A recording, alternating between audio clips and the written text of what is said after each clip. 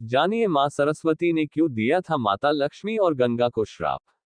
दोस्तों, मां गंगा पर किया प्रहार, जिससे देवी गंगा तो शांत हो गई, किंतु सरस्वती का क्रोध और बढ़ गया।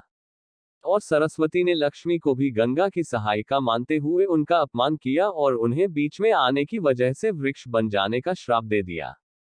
सरस्वती के श्राप के प्रभाव से देवी लक्ष्मी तुरंत तुलसी के पौधे में बदल गई। मां गंगा ने क्रोधित होकर दिया श्राप। मां गंगा ये देखकर बहुत गुस्सा हुई कि उनकी वजह से लक्ष्मी जी को भी ये सब सहना पड़ा। निर्दोष लक्ष्मी को इस प्रकार श्राप का भाजन बनते देख गंगा ने भी क्रोध में आकर सरस्वती को नदी बनकर भूतल पर प्रवाहित होने का श्राप दे दिया। सरस्वती भी पीछे नहीं रही और दुखी सरस्वती ने भी गंगा को नदी बनने और मानवों की अस्थियां ढोने का श्राप दे दिया।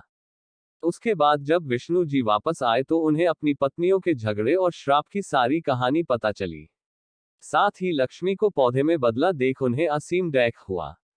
देवी लक्ष्मी के शांत स्वभाव और सूझबूझ के कारण उन्होंने उन्हीं को अपनी पत्नी के रूप में अपने पास रखना उचित समझा। ये सोचकर कि ऐसी स्थिति पुनः आ सकती है, उन्होंने देवी गंगा और देवी सरस्वती को त्याग देने का निश्चय किया। अलगाव की अपरिहार्य स्थिति से व्यथित होकर वे दोनों डरपोक स्वरों में क्षमा मांगने लगे और शाप का शीघ्र निवारण करने के लिए कहने लगे।